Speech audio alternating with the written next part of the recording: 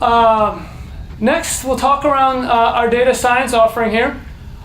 This is a new product that we just launched yesterday. As such, we've been doing quite a lot of talking at you with slides, so fingers crossed demo goes well. Actually, most of this presentation I will actually go through a live demo and show you what this product means, so you get a feel for what we offer your organization and your users, or could offer your organization and users. So, sort of taking the 1,000-foot level, or 1,000-mile level, you look at trends that have been going on in computers for a long while. With Moore's law and the adoption of computers, we've seen over time that data volume is only increasing in terms of the amounts of data that we as a society go and produce, while Moore's law is making the price of computing drop precipitously. And so we're now seeing, earlier on, you had small amounts of data, and doing things like machine learning that are very CPU intensive kind of operations was both uninteresting because the data set was small, that you really didn't have too many things that you couldn't just look at the data and figure out what's going on, and also expensive.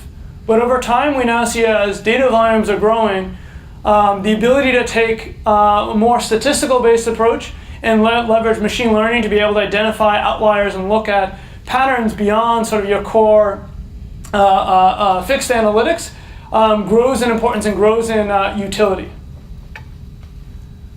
We have, as we've talked about throughout the day, and I'm sure you guys are well aware, we have a platform that really is designed to be able to handle large amounts of data. We were first to be able to go and bring Spark and high-scale machine learning into the platform here. Today, amongst all organizations, we have, by independent studies, by far the most number of Spark customers, over 500 running on Cloudera today. And so, unsurprisingly, we've seen a lot of these patterns that I'm sure looks quite familiar to many of you here. So if you look at your common sort of data science and machine learning workflows, you first start with a set of data engineering. Actually, a lot of the work comes into how do I acquire the data, prepare the data, make sure I'm accessing the right sets of data that's fair. I really then, from data engineering, I go into the real core of the data science workflow, which is making the data readily available for me to go and run my models and do my training against, visualizing some of the results, and sort of iteratively going through model training, wrangling, and results until I find a model that accurately represents the outcome that I'm looking to achieve, and then find some way to productionize that, whether I'm productionizing that by looking at ongoing dashboards, or actually productionizing that by bringing it into scoring, be it online or batch scoring. So this is, first I'll go through some of the good news in this world. So good news for anybody practicing data science today is data has never been more plentiful. So we have access to more and different types of data than in any time in history's past. The data science ecosystem has been proliferating quite rapidly, so there's lots and lots of open source as well as proprietary tools that are enabling data science to be more productive, taking the common sort of patterns that they're regularly running and making those more available, so they don't have to sort of build their own. And in terms of productionizing, systems like Cloudera make running large-scale data environments and analytic environments much more cost-affordable than any time in history. Now coming into some of the bad news. Today, you look at a lot of data engineering, and it's still moving lots of data across multiple different environments, and finding teams are finding that engaging with the common IT provided or centrally managed environments is quite painful, as, well, it's great that I have all these tools available to me, but if I now have to go through a whole IT procurement process and figure out why I justify that my particular tool is something that I would like IT to go and manage my set of libraries that I've either developed or picked up from the community, need to get deployed, and actually my requirements might differ from one of my peers. I might want to build me my model, and I've built it already on Python 2, and somebody else needs Python 3, and somebody else might want to use TensorFlow for some deep learning on top of that. And so you end up in a place where there's a lot of conflicting requests in how to make these tools available to these users. And ultimately what ends up happening is most data science today is happening at small scale, where they're looking at these these data environments as a funnel that they pull data out, and then they run actually any of the real data science locally on their laptop or their desktop machines. And actually through this, after they've gone and built some of their models, then to actually go and productionize this and run this and visualize it on a regular basis actually requires a whole different process, and we see very few of these models in many organizations actually making it into an ongoing production stage. Some additional challenges, and especially for many of you in this room, access to sensitive data becomes very important to make sure that you are not violating the policies and governance requirements of that sensitive data. And that makes it very difficult for how you connect these popular open science tools to these data sets and making sure that they respect the access controls and governance that is required of those data sets. At scale, the laptop environments obviously aren't going to be able to handle the large scales of data, so I only can run the data science that can either confine into what I run on my laptop environment, or find that I need to work within a new set of tools and learn a new set of tools that only run in these distributed environments. And on the developer experience, while notebooks are very productive to go and build up my model or my set of analysis, they're not really a great model, and they don't yet solve how do you go and bring that from a development process into a production environment. So our aim this year is figure out how do we enable data science and machine learning using the tools and ecosystem that the end users are used to, and enabling that to run at scale, respecting what IT and security policies are needed in these large scale environments. So as you look at this, we end up with this dichotomy between what the data scientist needs and what IT needs to maintain. So the data scientist is looking into an environment where they can explore, experiment, and iterate with his sets of tools and be able to use whatever is right for the job. Well, the IT organization is looking and saying, how do I enable these guys, but it's actually super important that I maintain the compliance and security requirements of the data, and I'm ultimately held responsible for making sure that while these guys are exploring and iterating and using all these tools, that none of them compromise my data and put our organization in a place where I'm now see some public news leak on my data sets getting out there in the wild. So our goal in order to achieve this is we need to enable both these groups to get exactly what they want. We need the data scientists to be able to use the power of Hadoop while having that flexible environment, and we need the IT organization to be able to enable new users, these new data scientists, to come onto this platform and continue to maintain the security and policies that they have been building up for the past several years. And that's where we introduce our Cloudera Data Science Workbench. And this is an environment that is designed to sort of bridge this world, providing a secure, self-server environment that runs on existing Cloudera clusters, regardless of whether they're on-premise or in the cloud. Provides support for not just the Spark and Scala environments, but also enabling users to be able to use Python and R and any sets of libraries that are available to Python and R in this environment, and providing that workflow automation so that you're not only helping them with the development experience, but building an experience that can scale and enable your organization to bring that from development to test to production. So with that set up, I'll now switch and go into a live demo.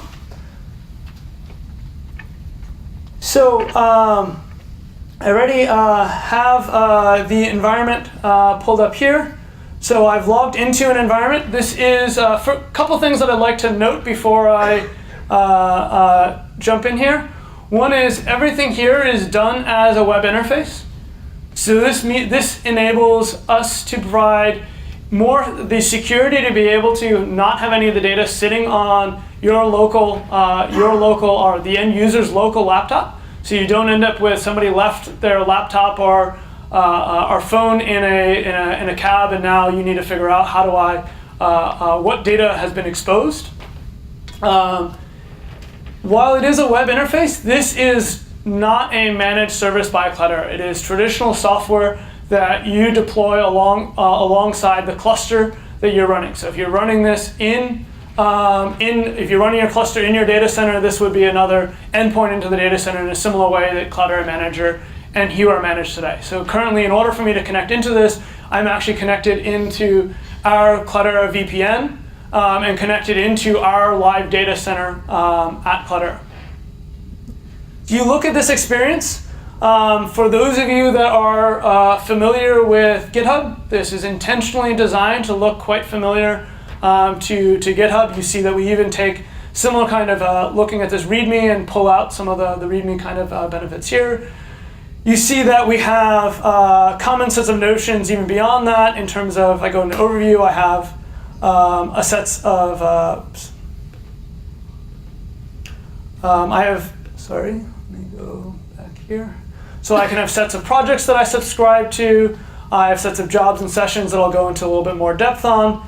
Another piece I'd also like to point out that this runs, when it runs against our cluster, this is running against actually our production Cloudera cluster. This is the same cluster that our financial reporting is coming out of. It's the same cluster that all of our support teams look and use to manage and look at sensitive support logs.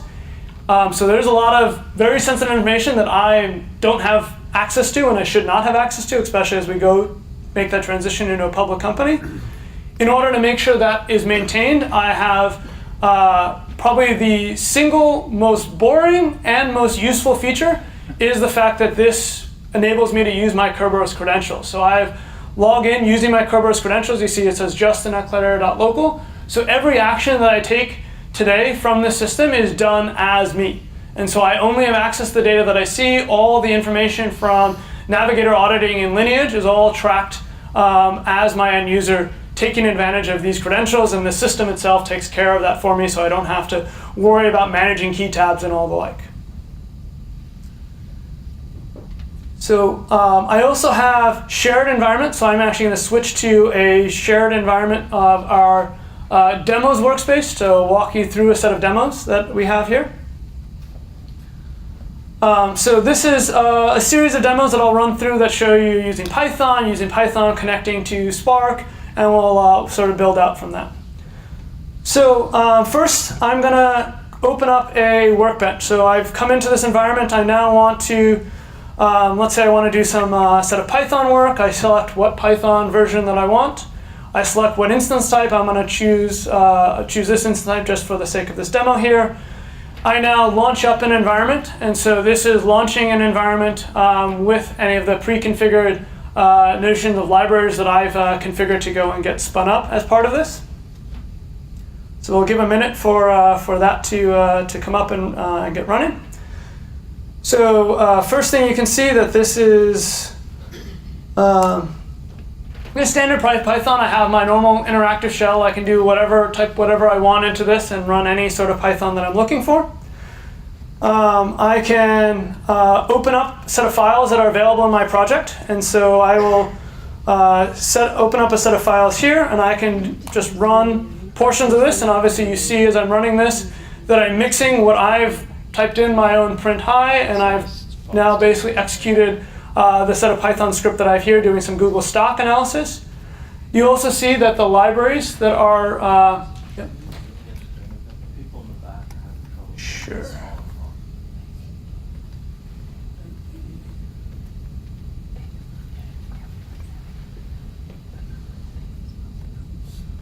not my browser, so it's not doing that.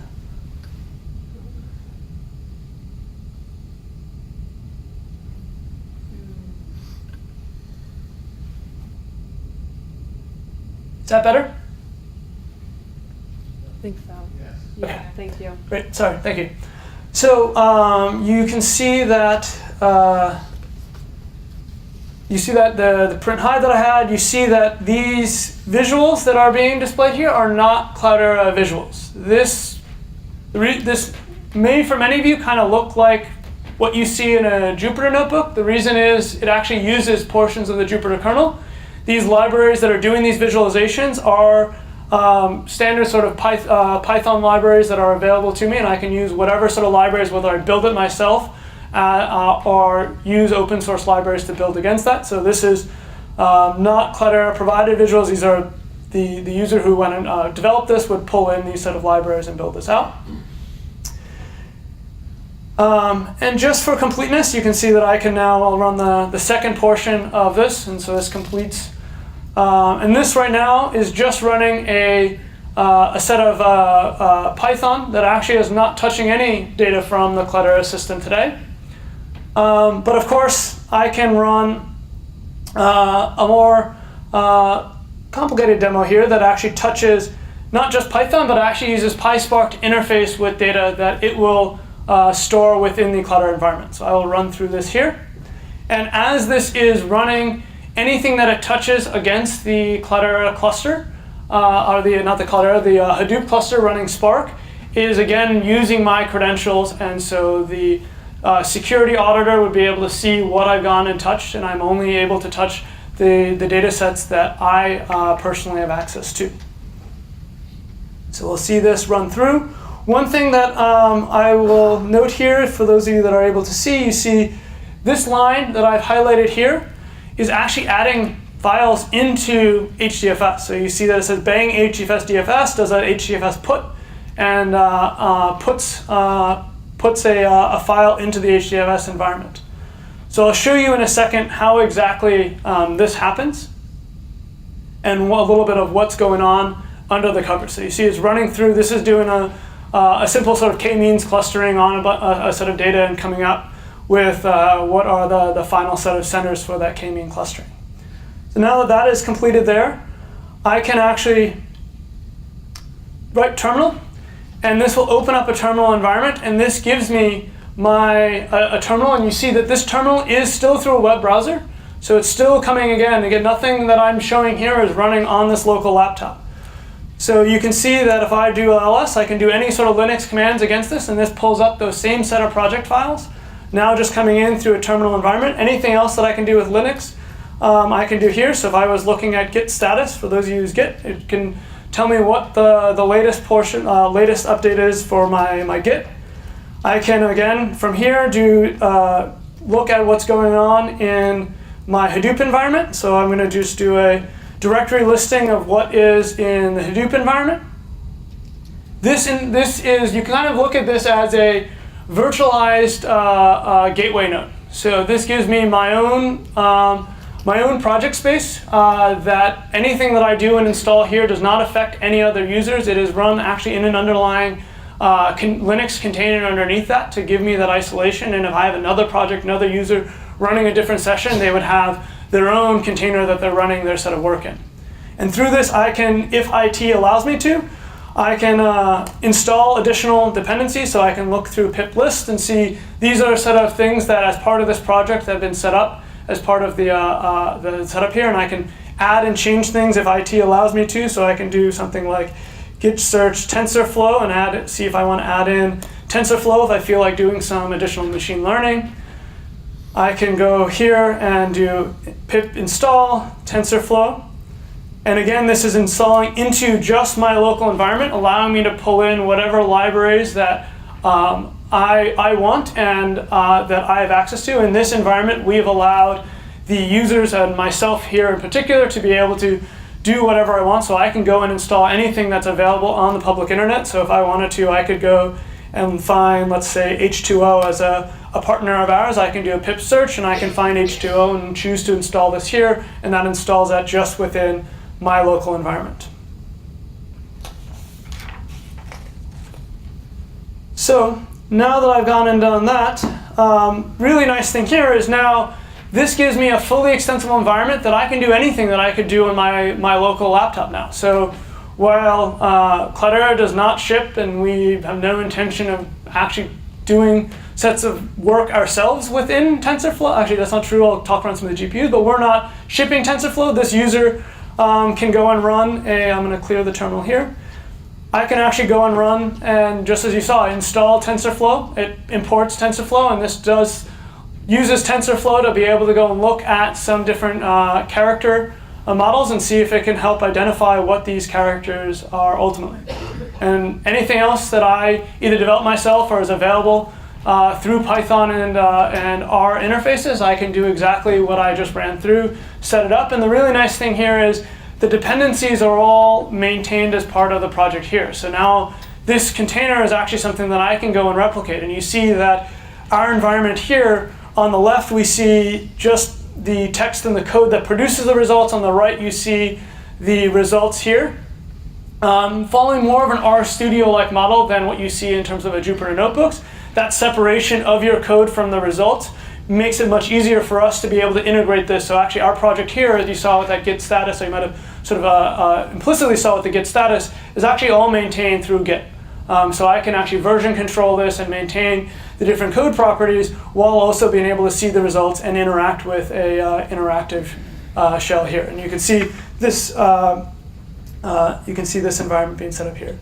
I can also share things with different users. So if I were looking, saying that this was a particularly interesting set of analysis, I can go up to the top here and say, let me go and do my TensorFlow demo, and I can give it a name. I can now go and say, let me click the share button. I'm going to generate a link, and I can, more like a Google, for those of you Google Apps, a Google Apps style link. I can now share that link and share that with one of my colleagues, and they can just see the results of what I've just gone and created through this environment. Today, that link does not have authentication and authorization to it. Unsurprisingly, that's obviously very high on our roadmap coming up next. So anybody that would have access to interface with your installation of CDSW would be able to see that link, but in a very near time, we would actually have authentication and authorization following a very similar model to what for those of you that use Google Apps, very similar model to that in terms of how we're envisioning the different permissioning model against that. For the time being, though, that link is available here. If I want to unshare that, I can obviously revoke the share of that link, and then that page that I just showed would no longer be available to any end users. And last but not least, let's also show that that same environment can work for a R environment. So I set up an environment here. This one required a little bit more work to load in a bunch of flight data, just to show you that this is a standard R environment. I'm just going to do a very simple hello world. So you see that I again can do anything that I can do through R. I can just type in and do here. I'm going to pull up similar kind of R program that had been written before. This actually does interface with a Spark using Sparkly R, which is thanks to some of our partners at RStudio. They basically built a interface to Spark and Hadoop that sort of mimics what is very familiar to a lot of R users. For those who use R, you're probably familiar with dplyr. Sparkly R is intended to provide a dplyr-like interface, giving something that's more native to what R users would expect interfacing with the Hadoop environment. So again, this has the same kind of environment as what you saw with the Python environment. So I again have access to a terminal here. Again, to the extent that the IT organization has allowed me to be able to interface with public internet, I can go and download and install things. Both R and Python, I can of course create local mirrors of IT sanctioned set of works that I can install from, enabling the different user groups to be able to install anything that they need. And so that kind of gives you a little bit of what I can do here. I don't actually have a demo of using Spark, but again, I could use Scala and Spark, of course, and do some of the same jobs here. Going a little bit outside of the development workflow here, in addition to having the integration with one of your Gits to manage project files, and the like. I can also schedule jobs to run on a regular basis. So if I have a nightly analysis that I want to go and run, I can click into this, and you see we've been scheduling this job to run about 3 a.m. every morning.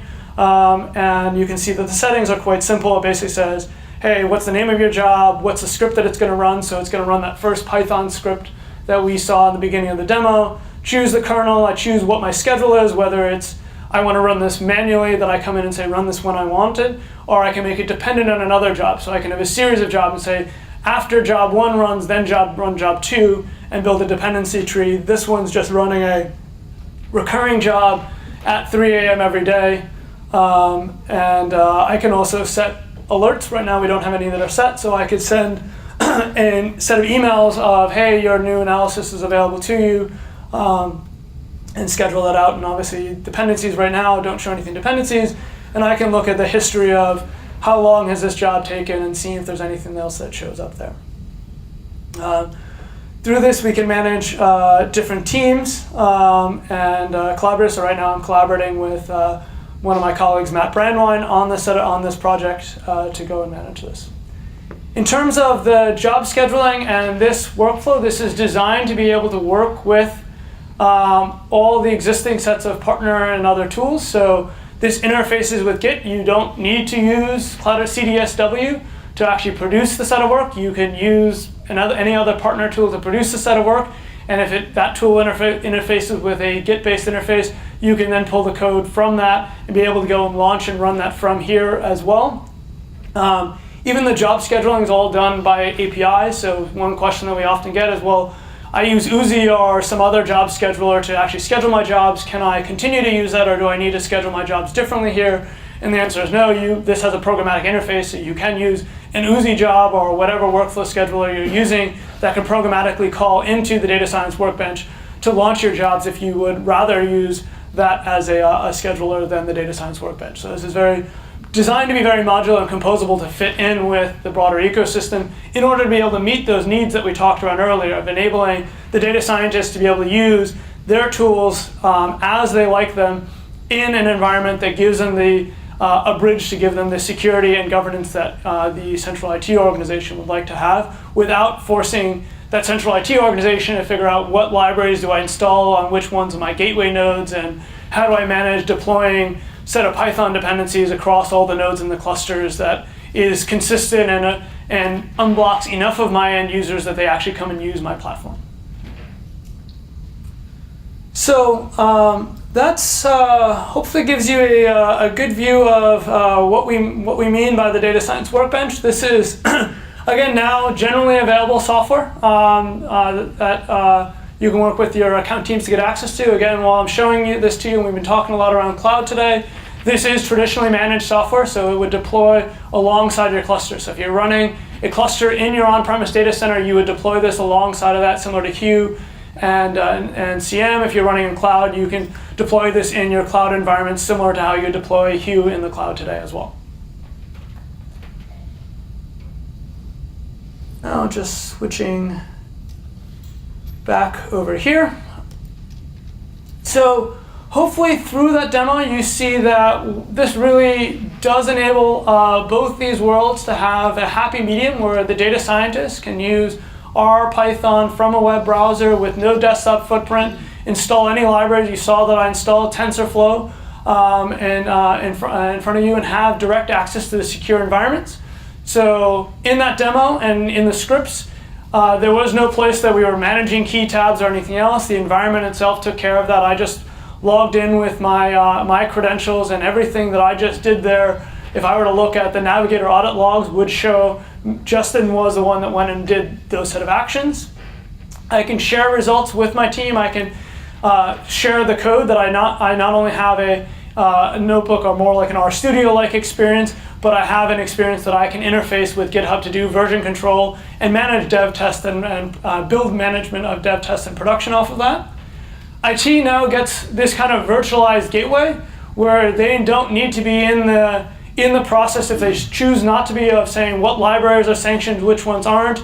And when a user wants to bring in a new set of libraries, they don't need to go and scrutinize this and say what other things can go wrong by running this on the cluster, as all those different containers run within isolated contained environments. Think of them as virtualized gateways that interface on top of the rest of the Cloudera cluster. So if they add any additional libraries or any additional dependencies within that container that might not be secure to your standards or might not meet what IT would like to run on the overall cluster, all the actions that those libraries would take would come through that Kerberos credential that I went and showed there to make sure that the interface is secured and the container you could choose to leave up to that end user.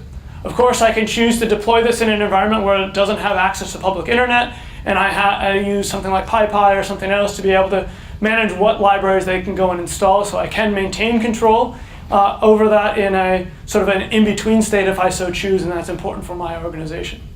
And again, all of this runs alongside your cluster, so it's traditionally deployed software that runs on premises and in cloud, just like any other portion of the Cloudera platform.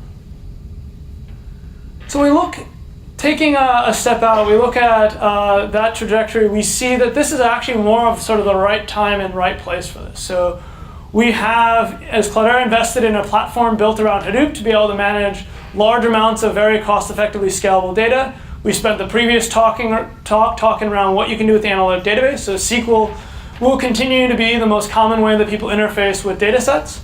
The ability to be able to add in machine learning on top of SQL using the same data sets, using the same ingestion kind of pipelines with like Kafka and Spark streaming, providing that common governance. So whether I ran a query through Impala or ran an ETL job through Hive or Spark or ran something through the data science workbench, all of those are audited and shown through lineage tracking and the like. Everything around Kerberos and Sentry. So I ran against our production cluster, and so if I were to sort of hunt around that production cluster, I would not be able to see the sensitive financial information that Jim Francola and our CFO org are probably at this point putting together and starting to work on some of our end of quarter set of numbers, thanks to Sentry restricting me from being able to see that. This integrates Cloudera Director, and the cloud deployments can do these sets of deployments of our overall clusters with or without this. Last thing I'd like to leave with is you saw that our integration, I pointed out different places that we were interfacing with Git and other tools that we see the importance for us is around an open ecosystem, the ability for users to be able to use the tools and solve the problems themselves in more of a self-service fashion. There's a few companies out there that do more of this, hey, we do the data science for you and we build everything soup to nuts. There's a place where that fits in, but our effort is primarily more around how do we enable users to be able to do data science in more of a self-service fashion. And we view that over time, the needs for this sort of black box where an organization comes in and says, I'm going to build everything out for you. There'll be a place for that, but increasingly we see more of the push on the open ecosystem. So with that, I'm just about at lunchtime now, so I will wrap here. Let me see how much over. Actually, we're just about at lunch, so I'll take maybe like 1 or 2 questions if that's all right with the audience here. Questions? Okay, well, thank you for your time. I'm actually free over lunch, so if any of you want to sort of dive into CDSW, data science, analytic database, or cloud more in depth, feel free to stick around and grab me. I'm happy to chat further. Thank you for your time.